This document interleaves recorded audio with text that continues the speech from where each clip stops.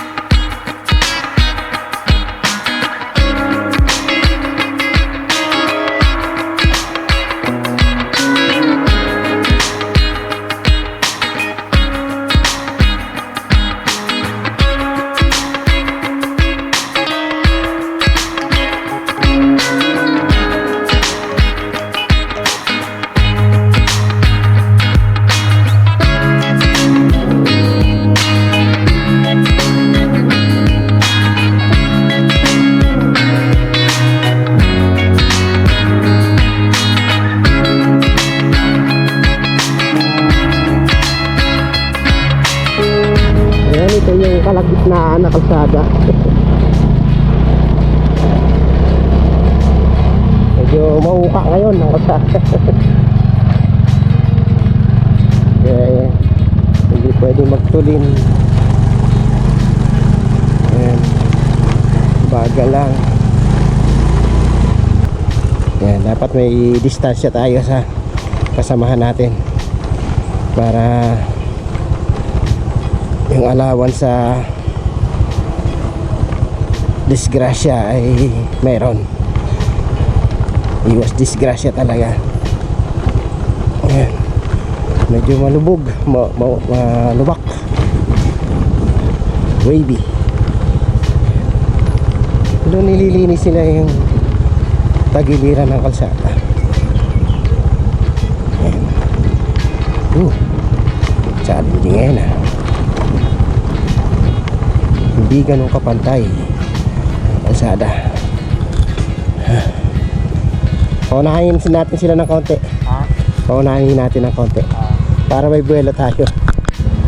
Yun, yung challenge dito, bawat punta mo iba-iba yung kalsada. Kaya kung subukan mong i-master ang kalsada, hindi mo siya mamamaster dahil paiba-iba ng panahon, paiba-iba ng tag-ulan, paiba-iba ng hugis ng mga hukay-hukay dito. Hindi mo rin mamamaster maliban kung taga rito ka at araw-araw mo na magagamit itong kalsada. Oh Diyos! Wala, nakarating na kayo sa Daraitan na yan! Daraitan. Ay walang sagwan. Patukod lang. Hirap talaga siya. Umagaan tayo. Doon tayo pupulutin yan sa... Baka tayo makarating sa Daraitan. Sa ngayon ay wala na po yung tulay na tinatawiran na ginawa ng mga katutubo at nagbabayad ng 5 piso bawat tawid. Wala na ngayon. O, automatic sasakay ka sa bangka. Ayan. Yan, wala na sila matawiran na tulay. Yan, siguro naman panahon na para ituloy na uli nila yung paggawa ng panibagong tulay dyan, hanging bridge. O, hanggang doon lang naman tayo, tapos halakad. Hindi na nila maano yan, sobrang lakas ng agos. Oh. Mag-thank you tayo ngayon dahil napakalinaw ng tubig. Ang tubig mula Santo Niño ay malinis. Maputi malinaw sa ngayon. At yung galing ng General Lacar. Siyempre yun tayo, doon tayo maliligo sa General Lacar. Pero pag pinagsama mo yan, ito ang kabuuhan ng tubig na to. Kaya pala sa Daraitan, sa baba nito ay tuwang-tuwa ang mga taga-Daraitan dahil napakalinaw ng tubig sa ngayon. Yan, sa ngayon mayroong mga nagpipiknik dito by group. Yan, may mga tent sila. Yan. At dito naman, ayan, si Konsyal kasama ang kanyang sekretary. Alam na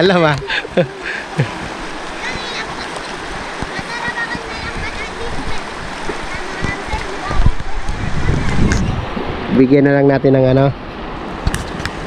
Kahit hindi na niya bilangan yung gamit. Kahit 500 siguro. Hindi. Magkano ba? Bibigyan natin. 500 siya. Tigpiso, ko na yan. tigpiso tayo. Sandaan lang. Tanda? 10. Tapos mga gamit, 5 piso daw. 150 na. 150 man. Sandaan lang kasi pag tumawid tayo mamaya nga. Ayaw nga pala. 150 na. Pabibili tayo ng tubig. Ano naman tayo eh. Apat ulit. Tapos gamit. 7 lang naman tayo. Ah, ito na, ibawas mo. Mamaya. Pabili tubig. Mamaya. Ay, tubig pa na. Babalik pa rin mamaya eh. Mag-set up natin tayo dun. Putain mo. Ang tawid sa bangka ay 10 piso bawat ulo. At kung may gamit naman ay 5 piso bawat gamit. Doon ka na tawid din sa kabila. May bundok na. Doon ka rin yan. Ano gagawin? Walang may ilog din doon. Ayun, sakto. Kukuha sila doon ng tatawid. Yan, pwede.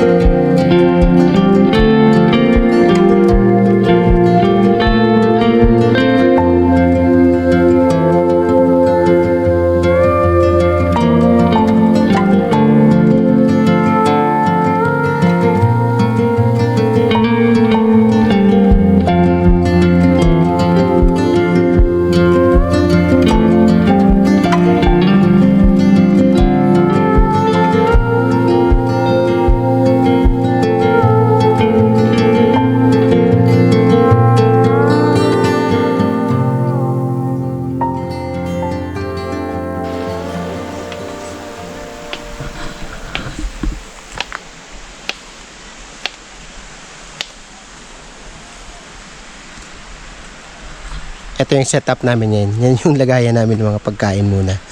Dahil wala namang gagamit si Joshua dito. Ito yung tent namin. Kila Kuya Noli, kay Makoy.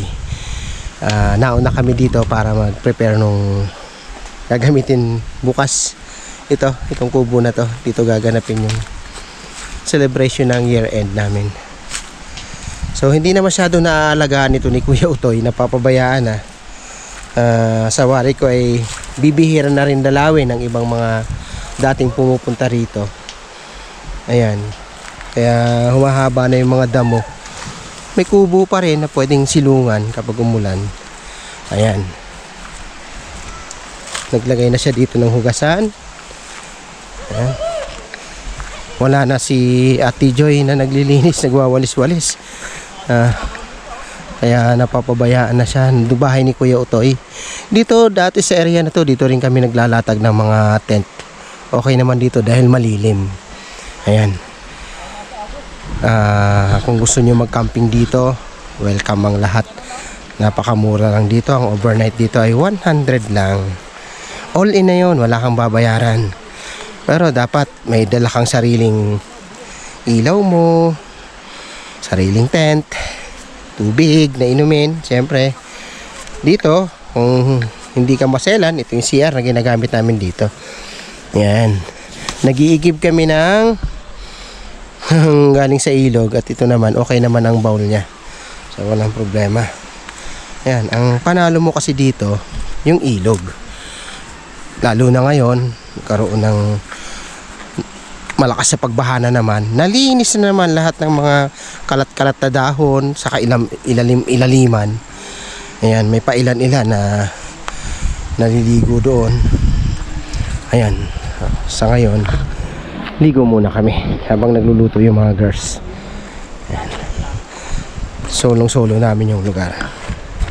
Galing mo kaya yung ano dun. Giveaways. Yan. Madami giveaways. Ito, paraffle. Ay, tama. Ay, hindi. Ito ay Pito lang tong kay akin Club kasi Moto. wala na. Sponsored. Sa inyo Ayan. lang. Pero ito, Ito kay Sir Mulong. 2, 4, 6, 8. Pa-price. Yung pala ko kulang ako. Kasi pinila ko. Ayan, ito ang handa namin ngayon. Ito ang mga lagayan natin. Ito ay adobo, humba, manok at saka baboy. Dami. Ito ay may quail egg. Wow. Oh, special. Ito ay kanin. May kanin na. Kanina pa yan. Tapos ito ay paa ng manok. Ito ay gatang. Hubog. Ito ay sinabawan na gabi. Yung ano, aba.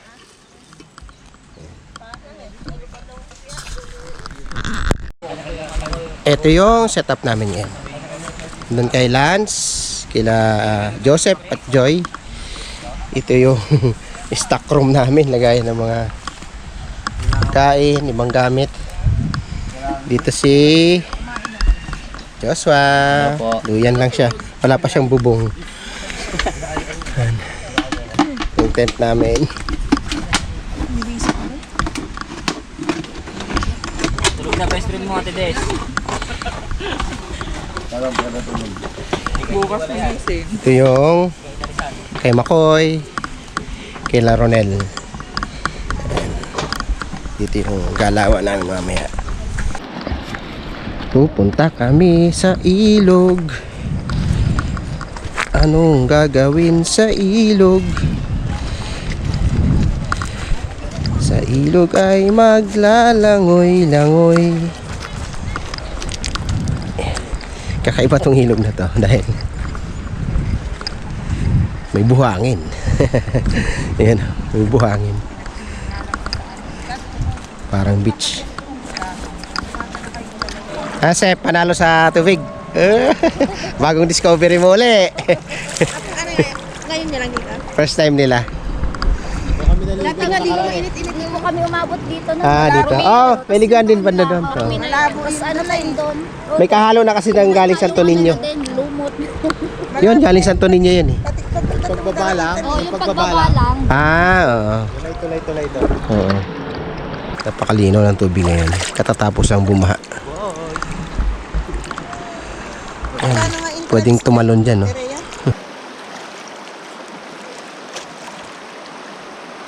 Yun yung bahay Hayahay. Ayan. Dito kami nagka-campsite sa tapat niya. Dito, ang overnight dito ay 100 lang. Hanapin lang si Kuya Utoy. Dahil sa kanya yung mismo yung lupa, yung campsite. May mga latagan na rin na ng tent. Saka may CR na rin. Ang panghugas naman, pwede na galing ilog. Panligo, ilog. Pang CR, ilog. Ang tubig lang dito na binibili ay nasa bottled distilled water para safe dahil yun na rin panluto nyo. Kung may dala kayong sariling tubig, mas maganda.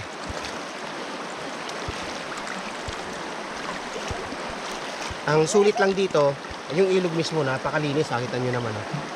Napakalinaw.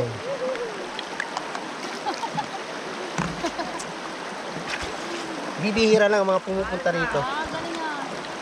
Ayan.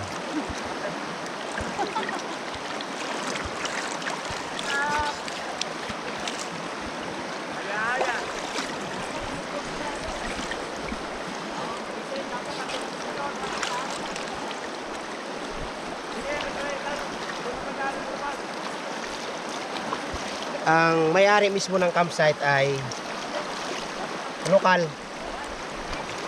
katutubo mismo.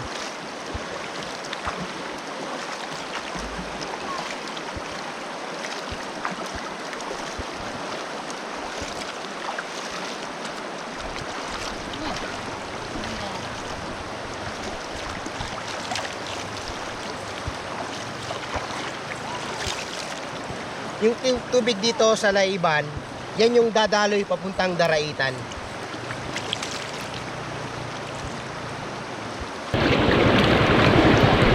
Kaya kung mahilig kayo sa raw campsite, ito yun. Ito yung campsite na para sa inyo. At mahilig kayo magtampisaw sa ilog, ito yung eksakto. Pwede sa mga bata. Kaunti lang ang lakarin, tatawid ka lang naman. Sa ngayon, dahil nasira ang tulay nila, may bangka naman na magtatawid. Pwede naman hindi bangkain, mababasa nga lang talaga.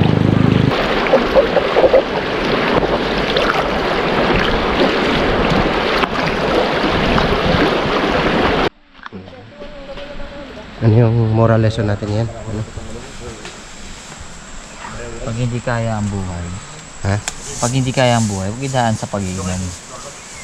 Na pag-iisip-isipan naman yan. Hindi pa huli ang lahat. Dapat sinasa puso ang pagiging pagsasamba. Hindi lang basta samba ng samba. Anong ginagawa sa tinidor? Ba't tinidor ang gamit? Hindi ko mahugot. Campers ba rin ganyan? Gumagamit ng tinidor? Hindi ko nga mahugot. Masakit sa daliri. Mali ang tali. Mali tali eh. Makatali lang eh. Okay na eh. Mali ang tali. Gumagamit na pinagbabawal na technique.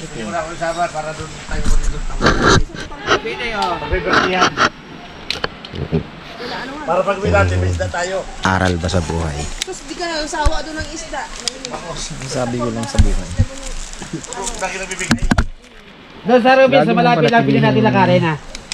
May shortcut. Lagi mong panatilihing maging mabait sa lahat. Sa lahat. Si George, sa Cavite. Hindi mo kasi alam. Oo. Yung taong yun ay Ay, kung nabutan mo ano. may isang malaking problema pala. Oh, Kaya na sinusungit-sungitan. sungit-sungitan mo lang. Kung nayabangan ka lang. Na pininahan ka lang ng click eh papatulan mo na. Palibasa ay magandang motor mo, nainis Hindi ka. hindi porket naka-NMAX ka, hahabulin mo na yung nakaklik ng Ah, parang ito yung Ay, sorry, hindi ito yung tinutukoy mo na tao.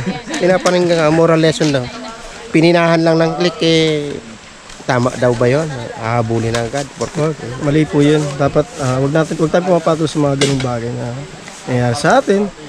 Pag may humarurot o pininahan ka, punta ka ng painahan. Bili na ginto pitas. Take it. Kaya naman, let's get closer to nature. Let's camp!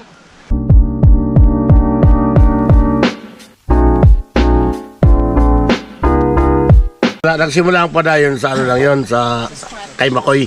Si Makoy kasi tubong Bisaya yun eh. Dati DIY, tapos ginawa niya ang padayon na ngayon. Kaya patuloy padayon daw ng kakamping. Padayon means continuation sa Bisaya language. Bisaya kasi si Makoy eh. Kaya yan eh. Bisaya din naman ako eh. Kaya I know the padayon words. More campers, more camping. The best, ang padayon.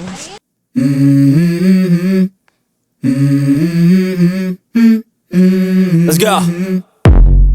I wake up to a little bit of drool on my pillow, feel like it's gonna be a bad day. Yeah, I'm tired of shit, and the coffee ain't hit yet, damn, ain't that great. I don't wanna go to work, cause my boss is a jerk, and I'm not even that paid. I need a change in my life, cause I don't feel alive, and there's nothing that makes me happy. Hold my beer for a minute, I'm about to quit my job, cash in for a ticket. I'm going on a trip and I don't plan to visit. I'm gonna stay there till I feel like I'm winning, and this is just the beginning. I need a big change, help me feel like living. I need a big swing, home runs I'm hitting, and I'll never look back, moving on till I get it all. And we all got dreams, we all want things, but what you gonna do for it? How you gonna move for it? What you gonna be? And do you believe you can do anything? But what you gonna do for it? How you gonna move for it? What you gonna be?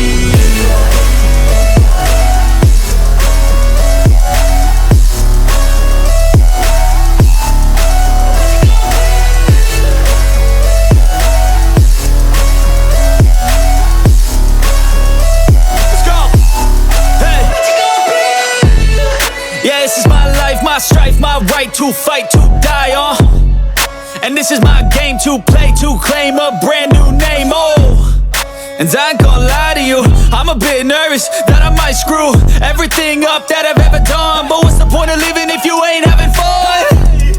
I guess I'll try this, try that, might miss, gotta find what I'm good at. Naging pilay-pilay, sayang naman yan. Uy, isa lang! Isa lang! Wow!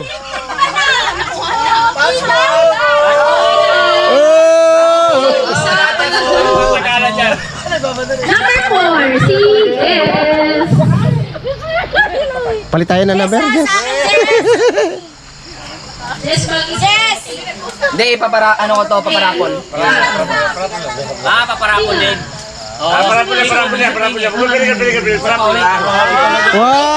Ang bait! Paparapol daw po mamaya. Okay,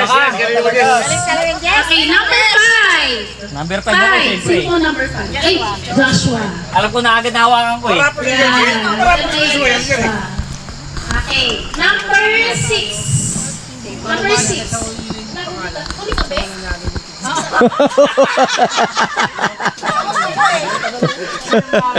Sorry. Pili-pili ako. Pili-pili ako tapos uli.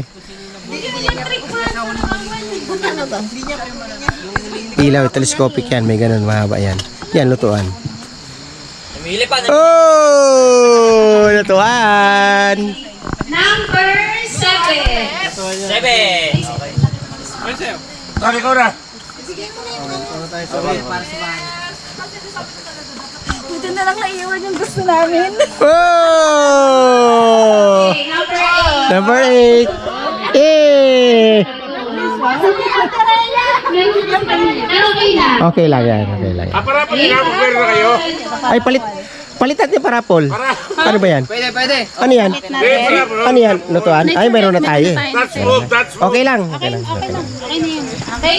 Ay, para po. I guess I look here, look there, over where am I scared, where am I at? I gotta make it in this life, whatever makes me happy, know I'm doing things right. Sipping in the summer on a goose and Sprite, or find a nightclub for the end of the night, oh. And we all got dreams, we all want things. But what you gonna do for it, how you gonna move for it, what you gonna be? And do you believe we can do anything?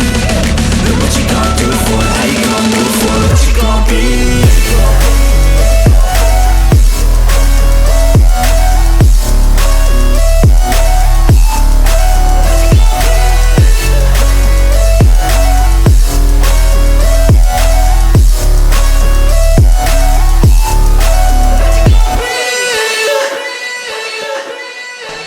See you next year, Padayon.